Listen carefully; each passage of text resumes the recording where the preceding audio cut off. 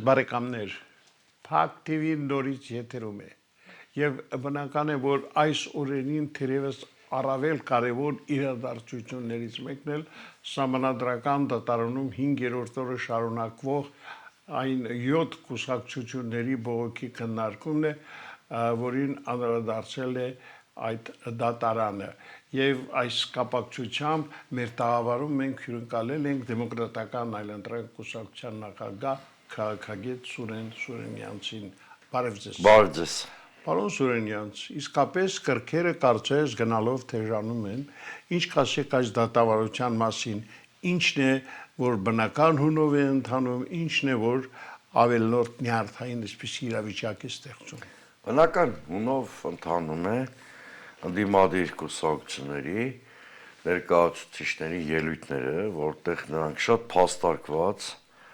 մերկացնում են այն կեղծիքները, որ իրականացրել է կենտրոնական ընտրական հանձնաժողովը,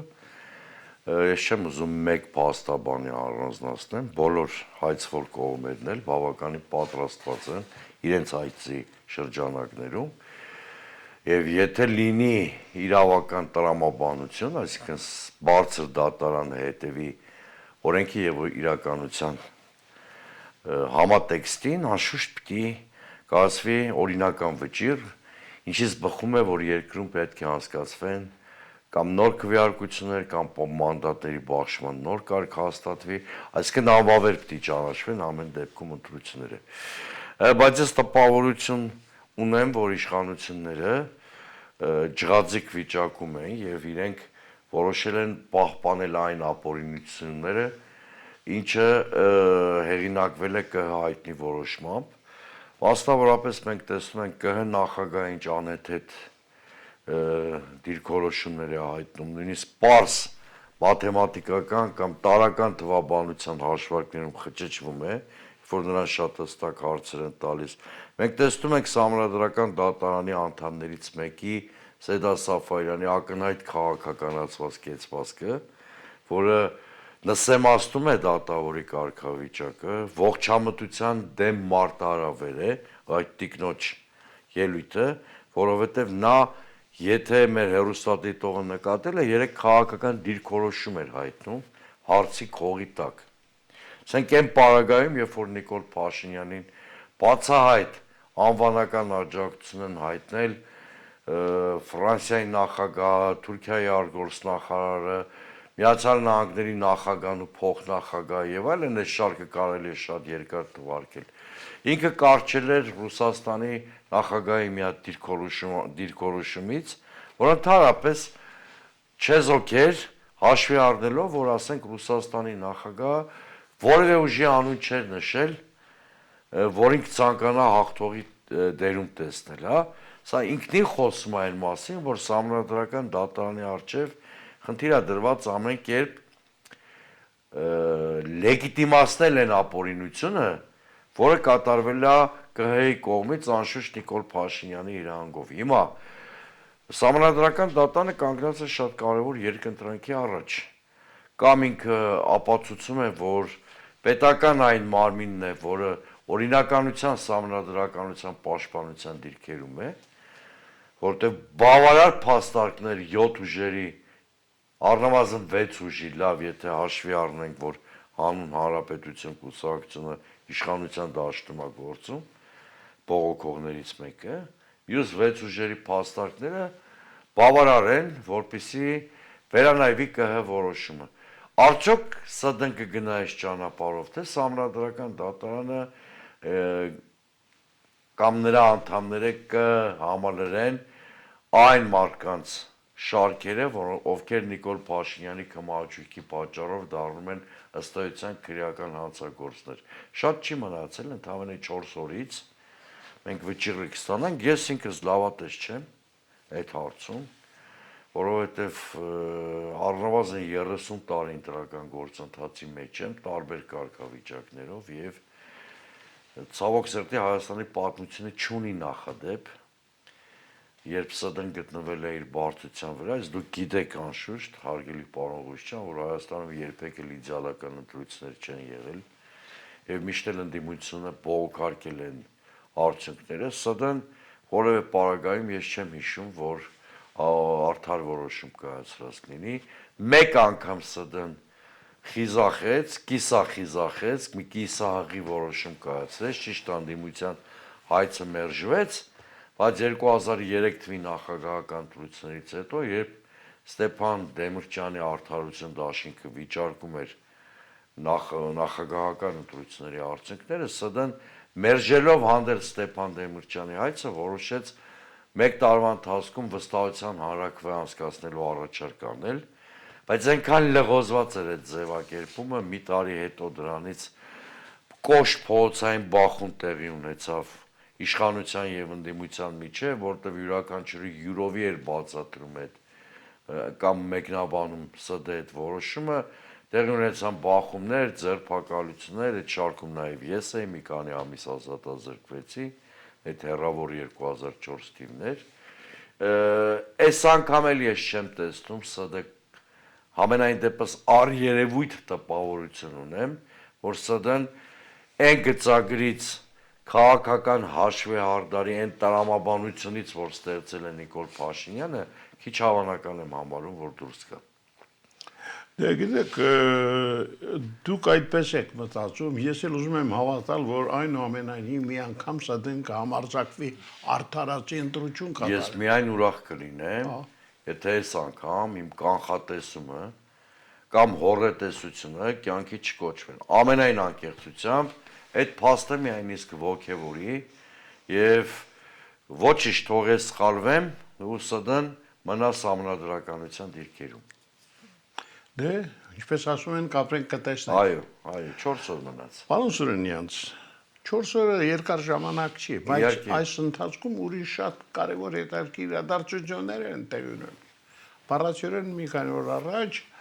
Իսրայելի կառավարությունը ընդունեց մի որոշում հայոց ցեղասպանությունը ճանաչելու կապակցությամբ եւ շուտով նրանց պարլամենտն էլ պիտի դա հաստատի, բայց սա մեզ համար, ես պիտի ասեմ, որ ինձ համար ամենայն դեպս շատ անսպասելի էր եւ հասկանալի է թե Թուրքիայի, թե Ադրբեջանի վրտովմունքը, նրանք իհարկե դժգոհ են, բայց մի տեսակ զարմացնում է, որ Հայաստանի կողմից այդպես ոչ մի լուրջ արձագանք չկա, սա ինչ է, հաշվարկներ է ինչ որ դիվանագիր։ Տեսեք, այն քիչ դեպքերից է, որ Նիկոլ Փաշինյանի սառը արձագանքը այս դեպքում արդարացված է, որովհետև եթե դիտարկենք դժվար չի տեսնել այն մոտիվները, որ ընկած են Իսրայելի նման քայլի հիմքում։ Ես առաջարկում եմ մեր հեռուստադիտողին առանց էմոցիայի դիտարկել այն իրավիճակը, որ կա։ Առաջինը, ես սա չեմ համարում Իսրայելի վերաբերմունք մեր պատմության ողբերգական էջերին կամ այդ վերաբերմունքի փոփոխություն, անզեն աչքով տեսանելի է, որ սա աշխարհաքաղաքական մոտիվներ ունեցող որոշում է, պայմանավորված Իսրայելի եւ Թուրքիայի շատ բարդ հարաբերություններով եւ 2024 թվականից սկսած դուք գիտեք, որ Թուրքիան դադարեցել է առևտուրը Իսրայելի հետ, իրենց դիվանագիտական հարաբերությունների մակարդակը պատմական նվազագույնի է ասել մակարդակը, իսկ Գազայի իրադարձություններից հետո Թուրքիան ըստ էության բացահայտորեն միանում է միջազգային բոլոր այն ջանքերին, որ դատապարտում են Իսրայելի քաղաքականությունը։ Տեսեք, 1982 թվականից սկսած պարբերաբար հայկական հարցը հայտնվել է Իսրայելի օրակարգում, տեսանելիորեն կամ կուլիսներում, եւ դարձել է հաղթաթուղթ կամ մանրադրամ Թուրքիայի հետ հարաբերություններում, իրավիճակի փոփոխությունից հետո էլի այդ հարցը անհետացել է Թել Ավիվի օրակարգից, հիմա տեսեք, դուք ասում եք նախարարների կաբինետն է հաստատել, դերևս Քնեսետը պիտի հաստատի, փաստ չի, որ իրավիճակի փոփոխության պարագայում սա Քնեսետին կհասնի, փաստ չի, իմ համար դա փաստ չի, սա մեկ, երկրորդը, գիտեք Իսրայել պետության առանձնահատկությունը, Իսրայել պետությունը հոլոկոստը համարում է բացառիկ ողբերգություն եւ հրաժարվում է այլ ցեղասպանությունների համարժեք քաղաքական գնահատական տալուց ես որևէ նշան չեմ տածնում, որ գլոբալ իմաստով Թել Ավիվի կոնցեպտուալ այս մոտեցումը փոխված է։ Երրորդը, եթե անգամ Քնեսեթն էլ ճանաչի հայոց ցեղասպանության փաստը, ես չեմ կարծում դա արմատապես ազդելու է Իսրայելի եւ Ադրբեջանի ստրատեգիական դաշնակցային հարաբերությունների վրա, որտեղ այդ դաշինքային հարաբերությունները Թել Ավիվի եւ Բաքվի ունեն շատ ուժեղ մոտիվացիոն բազա, դա հետախուզությունն է, անվտանգությունն է, էներգետիկան, լոգիստիկան, չմոռանանք, որ Իսրայելը եղել է 44-օրյա պատերազմում Ադրբեջանի հաղթանակի ճարտարապետներից մեկը, հիմնական, եւ չմոռանանք, որ այդ համագործակցությունը ամբողջ ծավալով շարունակվում է։ Չորրորդը, անշուշտ դուք գիտեք, որ մեր տարածաշրջանի նկատմամբ, հատկապես մեր հարևան եւ բարեկամ Իրանի նկատմամբ շատ ագրեսիվ օրակարգ ունի Իսրայելը, եթե այդ օրակարգը, այդ շահերը, այդ նպատակադրումները կյանքի կոչվեն Իսրայելի նկատմամբ, Իրանի նկատմամբ Իսրայելի այդ ագրեսիվ շահերը, նպատակները, եթե կյանքի կոչվեն, գոյաբանական ռիսկեր կարող են առաջանալ նաև Հայաստանի պետության գոյության համար, իսկ այս դեպքում ինչ արժի բարոյական ճանաչումը քո ցեղասպանության, եթե Իսրայելի պրակտիկ քաղաքականությունը կարող է վտանգել քո պետության գոյությունը։ Մյուս հանգամանքը, անշուշտ մեծ գաղտնիք բացած չեմ լինի, եթե ասեմ, որ վերջին 2 տարիներին Իսրայելը բաց այդ ցեղասպան քաղաքականություն է իրականացնում Գազայի հատվածում, մեկ գիտեք տասնյակ հազար պաղեստինցիներ, որոնց կեսը կանայք եւ երեխաներ են, այդ ցեղասպանության քաղաքականության զոհեր են դարձել, կարծեմ մի 70,000-ի կարգի է։ Եվ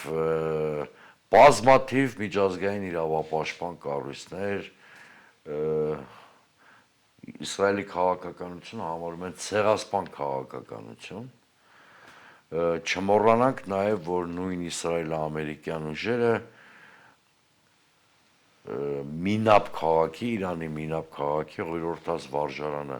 ռմբահարեցին, ինչը մոտ 200 դերատե աղջիկների ողբերգական մահվան դարձավ, ողբերգական մահվան պատճառ դարձավ։ Իսրայելի քաղաքականությունը, այս պայն օրինակ Հարավ-Աֆրիկյան Հանրապետությունը միջազգային դատարանում հայց ունի Իսրայելի ցեղասպան քաղաքականության վերաբերյալ։ Այստեղ, այսինքն Իսրայելը կորցրել է որևէ բռնություն դատապարտելու բարոյական իրավունքը, կարողությունները, այստեղ էլ կա մտածելու բան։ Մեկ բան կա, որից Հայաստանը կարող էր շահել այս պարագայում, տեսեք, Իսրայելի կառավարության նման որոշումը հայոց ցեղասպանության ճանաչման փոքրացնում է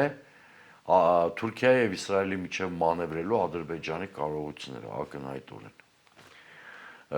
Բայց այս իրավիճակից Հայաստանը կարող էր օգտվել, եթե ունենար կոմպետենտ իշխանություն, ստրատեգիական մտածողություն կառավարության օրակարգ, բայց մենք այդ հատկանիշները չունենք եւ հազիվ թե ենթադրելի է, որ Հայաստանը կարող է այդ հակադրությունից կամ Ադրբեջանի կարողությունների սահմանափակումից օգտվել, որովհետեւ ասածս մեր կա պարանոց չհնչի, Հայաստանը Նիկոլ Փաշինյանի ղեկավարած Հայաստանը նույնիսկ չկարողացավ օգտվել Ադրբեջանի եւ Ռուսաստանի միջև առաջացած ճգնաժամից, հիշում եք, նույնիսկ դրանից չկարողացավ օգտվել եւ ընդհակառակը ձեռքի տված Ադրբեջանի հետ ինքն էլ փչացրեց հայ-ռուսական հարաբերությունները, այնպես որ անշուշտ մեր ականջների համար շատ հաճելի է հնչում, որ հերթական երկիր 33-րդը կարծեմ ճանաչեց հայոց ցեղասպանությունը կամ մոտ է դրան, բայց եթե փրփուրը հանում ենք, նայում ենք չոր փաստերին, առնվազն Իսրայելի պարագայում անկեղծությունը, հումանիզմը, պատմությունը իրապես գնահատելու մոտիվները երկրորդ պլանում են վստահաբար։ Տեսեք, հիշատակեցիք Իրանը, ես պիտի ասեմ, որ Միացյալ Նահանգներ Իրան հակամարտության արդյունքում Իրանի եղանակությունը հատկապես վերջին շրջանում բավականին բարձրացավ եւ այսօր դժվար է մտածել, ընդունել, որ դրի հետ կապված բոլոր զարգացումները կարող են առանց Իրանի միջամտության լինել։ Էլ չեմ խոսում Ռուսաստանի Դաշնության կողմից հնչող կարծիքները։ Ես այդ տաղավարում առիթ ունեցել եմ ասելու, որ այն մոտիվները կամ նպատակները, որ Իսրայելին եւ Միացյալ Նահանգներին տարան Իրանի դեմ ոտնձգության, տապալվել են։ Այսինքն ի սկզբանե Թել Ավիվն ու Վաշինգտոնը ու չէին էլ թաքցնում դա, բացահայտորեն գրում էին, որ իրենց նպատակը Իրանում սահմանադրական կարգի փոփոխությունն է, որոշ դեպքերում խոսում էին նաև Իրանի մասնատման հեռանկարի մասին, առնվազն խոսում էին Իրանի միջուկային ծրագիրը տապալելու իրենց անհակ ցանկության մասին։ Բայց ինչպես տեսնում ենք, այս 2-3 նպատակներից որևէ մեկը պատերազմի հետևանքով իրականություն չդարձավ։ Ճիշտ հակառակը, եթե միշտ պատերազմյան փուլում Հորմուզի նեղուցի կառավարման հարց չկար, Իրանը իր ասիմետրիկ քայլերով կարողացավ տիրապետել կամ վերահսկել այդ նեղուցը եւ ըստ էության համաշխարհային նավթի առևտրի 20%-ը վերահսկել, ինչը շատ մեծ չափով մեծացրեց մեր հարևան երկրի կշիռը։ Նույնիսկ Միացյալ Նահանգների փորձագիտական բավականին լուրջ շրջանակներում հիմա տեսակետ կա, որ այս իրադարձություններից հետո Իրանի Իսլամական Հանրապետությունը իր ազդեցությամբ դարձել է աշխարհի 4-րդ պետությունը, վիճարույց տեսակետ է անշուշտ, բայց նշվում է, որ Միացյալ Նահանգներ, Չինաստան, Ռուսաստանից հետո ինքը ամենամեծ ազդեցությունը ունի Իրանի Իսլամական Հանրապետությունը համաշխարհային գործերի վրա, եւ տեսեք այդ փխրուն զինադադարը, որ 14 կետրանոց փոխհմբռնման հուշագրով ստորագրվել է Վաշինգտոնի եւ Թել Ավիվի միջև, այնտեղ կան հարցեր, օրինակ Լիբանանի զինադադարի հարցը, օրինակ Հորմուզի նեղուցի կառավարման հարցը, օրինակ ակտիվների ապասառեցման հարցը Իրանի, որ միջև պատերազմը Իրանը չէր էլ կարող ակնկալել, որ այդ հարցերը իր հետ Միացյալ Նահանգները կքննարկեն։ Հետևաբար, այո, ստրատեգիական բալանսը հետ պատերազմյան վկայում է ավելի շուտ Իրանի հաղթանակի մասին, դա սա մի իրավիճակ էր, որ Իրանի արդեն չպարտությունը նշանակում էր նրա հաղթանակ, չպարտվելը։ Եվ հակառակը, եթե Միացյալ Նահանգները չէր հաղթում, դա նշանակում էր նրա պարտություն։ Արդյոք այս փխրուն զինադադարը կպահպանվի, թե չի պահպանվի։ Ես կդժվարանամ հիմա պնդումներ անել, որտեղ մենք ակնհայտորեն տեսնում ենք, որ առնվազն երկու հարցում Իրանը եւ Միացյալ Նահանգները չեն կարողանում լեզու գտնել, դա Հորմուզի նեղուցի կառավարման հարցն է եւ Իրանի միջուկային ծրագրի հարցն է։ Եվ մենք տեսնում ենք նաեւ հենց նույն Բիբիի Բենյամին Նեթանյահուի անդուլ ջանքերը վիժեցնելու համար Վաշինգտոնի եւ Թել Ավիվի փխրուն համաձայնությունները։ Մյուս կողմից ակնհայտ է, որ Իրանի եւ Միացյալ Նահանգների էստեբլիշմենտում հասկացել են, որ երկուստեք հասկացել են, որ պատերազմը ձեռնտու չի իրենցից ոչ մեկին։ Հիմա ինչպես կզարգանան իրադարձությունները, ես չգիտեմ, բայց շատ կարևոր է այո դիտարկենք Թրիփի հանդեպ ազդեցությունը այս իրադարձությունների, որովհետև եթե հիշում եք, դա թմբկահարվող հիմնական զենքն էր Նիկոլ Փաշինյանի կողմից, այդ ծրագիրը, ահավասիկ եթե ստորագրված համաձայնագրում Միացյալ Նահանգների եւ Իրանի Միացյալ Նահանգները պահանջում են, որպեսզի Պարսից ծոցի երկրներում Միացյալ Նահանգները վերացնեն իրենց ռազմական ներկայությունը կամ այն շատ խիստ սահմանափակեն։ Ինչու պիտի հանդուրժեն, ամերիկյան ենթակառուցվածքների ստեղծում իրենց քթի տակ Սյունիքում։ Տրամաբանական չի, չէ՞ որ իրաց մեկ այլ հարևանությամբ պահանջում են Ամերիկայի ներկայության թույլատում, թույլ տան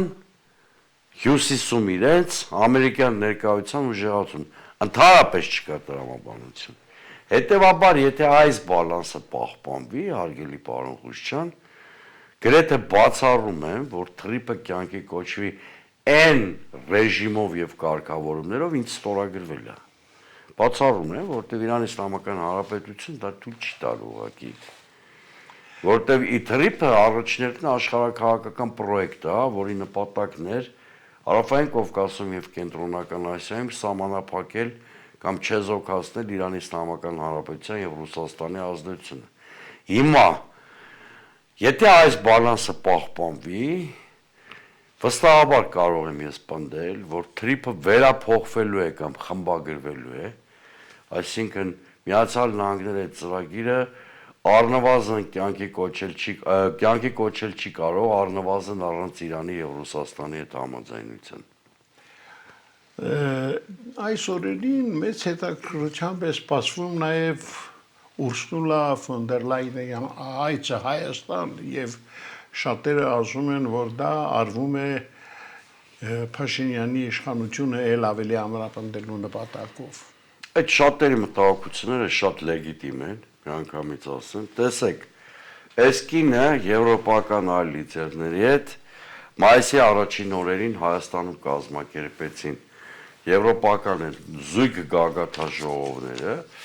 որոնք թրիգեր դարձան, որպեսզի Նիկոլ Փաշինյանը ընտրություններում քարտ բլանշ ունենա այն այլանդակ կեղծիքները իրականացնելու համար։ Անշուշտ հիշում եք դուք այդ պատմությունը, լրացուցիչ անգամ չասեմ, այսինքն ոչ միայն Եվրոպան քաջալերեց, Եվրոպան չդատապարտեց, Եվրոպան դարձավ այս բոլոր համակարգային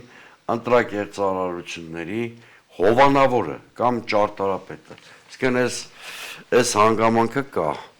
եւ հիշում ենք մենք բոլորս դրա մասին։ Սա մեկ։ Հիմա էլ բոլոր հիմքեր ունենք ենթադրելու, որ հատկապես Սահմանադրական դատարանի որոշումից առաջ Նիկոլ Փաշինյանը Ուրսուլա ֆոն դեր Լայնի եւ Եվրոբյուրոկրատիայի այլ ներկայացուցիչների նոր քարտ բլանշի անհրաժեշտությունը ունի։ Հետևաբար մեր հասարակությունը իրավունք ունի նման կասկածներ ունենալու, որտեղ տեսեք, Եվրամիությունը դարձավ քավոր այս բոլոր այլանդակությունների, Եվրամիությունը որևէ խոսք չասեց ճաչացող ընտրախախտումների վերաբերյալ, Եվրամիությունը ընդհակառակը քաջալերում է Նիկոլ Փաշինյանի հակառուսականությանը եւ նրան խրախուսում է նոր արկածախնդրության։ Ըստ այդմ մեր հասարակության մեծ մասը իրավունք ունի նման կարծիք ունենալու։ Դե իհարկե հետաքրքիր զարգացումները մեզ սպասում են, բայց երևի այսօրերի կարևոր իրադարձություններից մեկը դա Սահմանադրական դատարանում շարունակվող գործիք քննարկումն է, որի նկատմամբ դուք ինչպես ասացիք, այնքան էլ լավատեր։ Վերահավատ եմ առնվազն, բայց Հարգելի պարոն Խուշչյան, էլի կրկնում եմ, սա այն բացառիկ դեպքերից է, որ մեծ սիրով կուզենայի սխալված լինել եւ թող ես սխալվեմ, թող դրանից շահի Հայաստանի Սահմանադրականությունը։ Ուղղակի այլ բան է իրավական փաստաթղթերի անխոցելիությունը, որով օժտված են մեր փաստաբանները, իրավական թիմերը, որոնք անխոչ պայքար են մղում Սահմանադրական դատարանում, եւ այլ բան է ռեալ պոլիտիկը, որը լավատեսության շատ փոքր պատուհան է բաց թողում։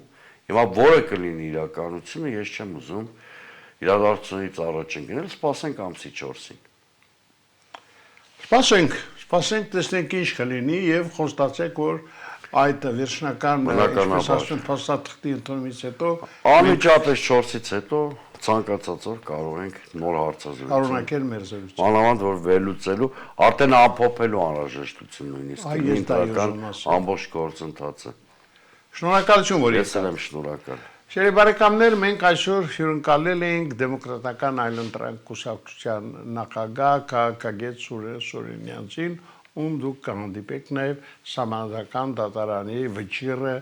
կայացնելուց հետո ես կարծում եմ խոսելու քիչ բան չի լինի այդ օրը։ Իսկ այսօր այսքանը, ցտեսություն։